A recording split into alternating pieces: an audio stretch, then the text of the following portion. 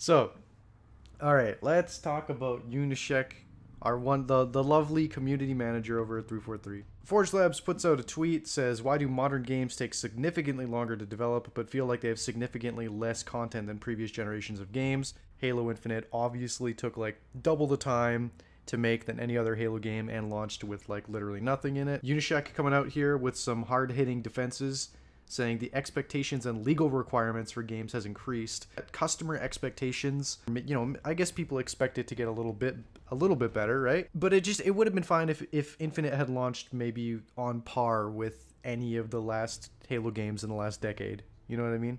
So we'll go through his little list right here, right? There isn't really increased visual fidelity. Halo Infinite doesn't look graphically amazing compared to like Halo 5 or Halo 4, you know? I like the art style in Infinite a lot better. It looks a lot cleaner, a lot less noise, but like graphics and art style are different. So visual fidelity, improved online experience. I mean, the servers in Halo Infinite are just as fucked as they ever were, right? I don't feel like the Reach servers went down any more often than the Infinite ones. Better support of the game's ecosystem with crossplay. Again, Halo Infinite is crossplay, whereas the other games weren't, so I guess there might have been challenges with that. Faster cadence of updates. Now that is just a literal joke. If you removed cosmetics, right? If we pretended in your brain that Halo Infinite wasn't adding armor pieces to the game, then what have they added besides cosmetics?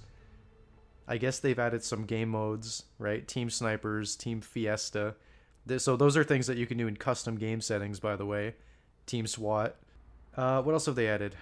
The 2 new maps, right? And I think that's about it, right? Last time I checked, there wasn't any new weapons. There's no new vehicles. So there's been a couple little game modes. If they add a couple more, we might be up to like what Reach had at launch, which would be nice. Like this just feels like them making excuses.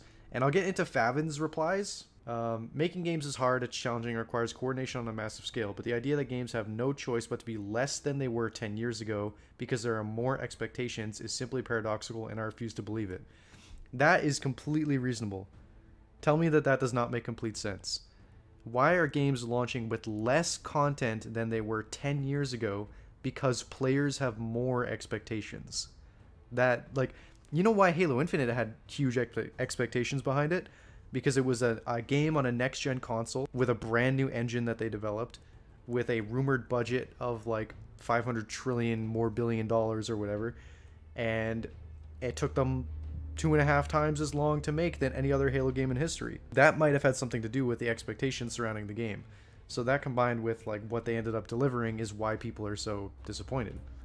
It's not like, oh my god, players these days expect so much from us. It's like, you took like 9 years to make this game. People are going to expect a lot. Unishek coming in, replying to Favin.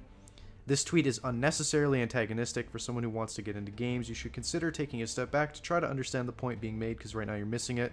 And then he comes out, please tell me the lesson I'm supposed to learn from some devs overcome challenges and some don't. So I want to dig into this a little bit, right?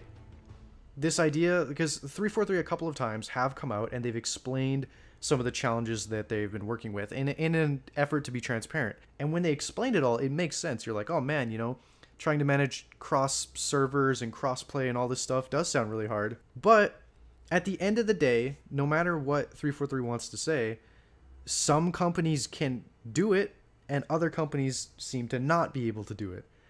So yes, it's hard. You can say it's hard as many times as you want. Doesn't stop the fact that Apex Legends, Warzone, Fortnite, I mean, my console, I have a Series S, my internet is great, and when I play a game like Apex Legends, which has to render 100 players on this huge map all at the same time and keep track of everything, there's no lag, no bullet delay, no hit detection issues in Apex that I run into often, and Halo Infinite can't even load like a 4v4 without it like constantly desyncing me and me dying all the time and lag and shit like that.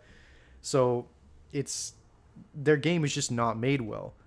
And at some point, the buck has to stop, and they can't just say, well, it's hard to make games, because, you know, it's meant to be a product. It's a service, a live service that they're providing, and they're not doing a good job.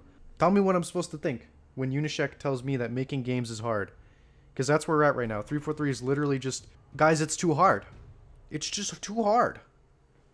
You guys expect way too much. What, you want like a theater mode in the game that functions properly? You guys wanted more than 2 game modes at launch? What's with you people? Huh? Grow up a bit. What are you expecting? You expect a game to launch with co-op campaign? I guess they're expecting that people stop complaining, but how could we? This game had more budget than most of us would make in our whole life. Yeah, that's the thing.